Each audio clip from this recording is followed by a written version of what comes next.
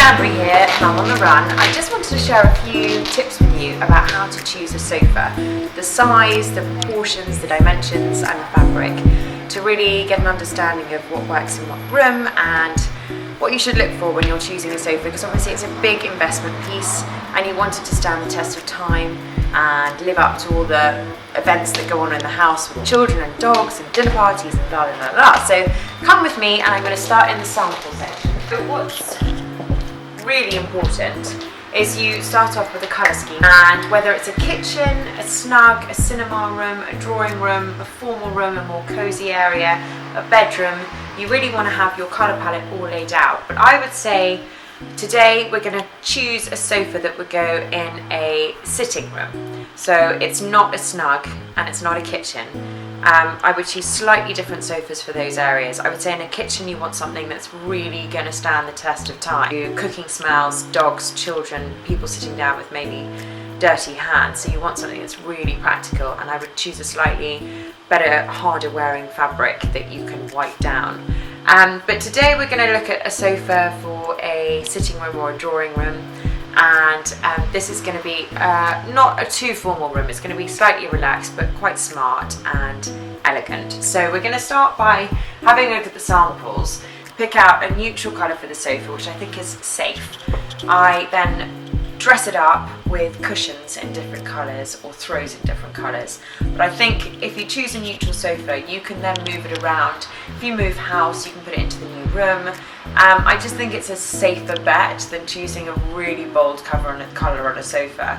But if you were going to do a cinema room, for example, and your cinema room was navies or dark greys or burgundies, then of course I would go for a beautiful rich velvet in burgundy or navy or whatever the colour that you're going to do. So it really depends on the room that you're going to be doing, and we're going to stick to our neutral in our semi-formal sitting room today. So it's all about texture for me.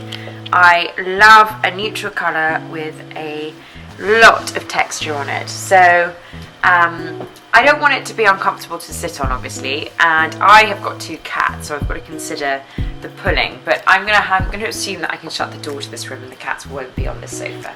So I love this one here, and I also love this one here, which is a little bit darker, and this one here. So for me it's just all about the texture. Because I'm going for quite a neutral colour, I want it to still stand out. There's a green in there, which also looks really nice on a sofa. And we'll put in a colour, but it's quite a neutral colour. So this is really nice for a country house, I think. It's a really nice burgundy red shooting estate, or a nice weekend country house. I think that looks really good. Without further ado, we're going to pick out a few of these neutrals that I've just found. So let's pick out some nice samples, and then we're going to go and have a look at the shapes. I'm going to go for something darker as well. Don't want anything too flat because I think it looks too boring. Okay, so I've got my samples, and I really like a sofa that has legs, because I think it's nice to have something that stands slightly off the ground. So we're going to start with this sofa here. So I'm in a showroom called Cameric, which I love. They're very modern, these pieces, but I think they work in pretty much any room. If I was going to be doing a country house, I'd probably go to sofa.com, because they're a bit more country and a bit more traditional. But these are great for London living, great for a flat, great for a townhouse, and they work in pretty much any room. So this is a really go-to place for me. So in terms of the dimensions of this is obviously an L shape, which is my absolute favourite. So I am looking here at an L-shaped sofa. Now obviously you have to have the space for an L-shaped sofa, and you have to have the dimensions, which have to be pretty symmetrical to fit this in nicely and neatly. So it's really important that before you even leave home, you've got your floor plan and your measurements for the space. So when I'm measuring out for a sofa, I always allow an extra 50 to 60 either side, depending on how big your room is, for side tables. So with this sofa, I would put 2 side tables,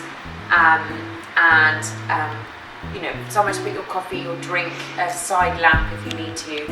Lighting is obviously really key. We're not talking about that today, but when you're sitting watching a movie, you don't necessarily want to have your spotlights or your chandelier on. You want to have some really gentle lighting, which is all the lamps in the room. So I always put side tables next to the sofa, and you could do a coffee table as well, or if your room is very tiny, you could just do a coffee table and forget the side tables. But if you can, allow the space for side tables as well. So once you've mapped out the wall area with your side table, you can figure out the length of your sofa.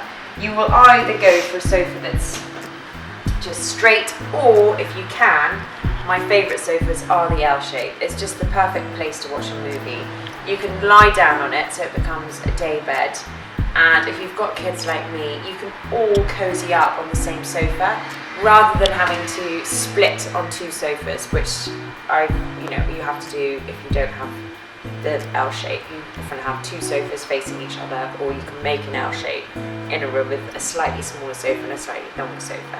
So for me, the L shape is the best, and if you can fit it in, because it's super comfy, very practical, and I think they look so elegant. So this one I'm really enjoying because it has a really nice firm cushion. You've really got to think about your cushions. It's got to be soft enough to be comfortable, but you don't want to have to plump it up every 5 minutes. I've got one like that, which I do like, but I literally have to plump the cushions up every time somebody sits on them, which takes up quite a lot of your day and often gets left, so it always looks a bit messy.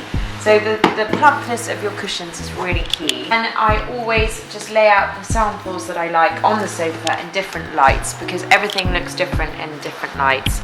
For me, this is the winner. Really nice grain and texture, and it's a really nice neutral colour, and I would say that would look good with any cushions. So I would say that's a really strong contender for me today. So this is the one I'm going to take round with me in the showroom today. This one's very similar. It's got a slightly deeper, softer cushion, but again it wouldn't need plumping, so you've always got to ask what the cushion's filled with. I would say a combination of foam and feathers really good. You want to have something that's going to keep the cushion nice and stable, and you won't have to plump it up. And I really like these little legs because they're dark, and this leg is actually quite wide.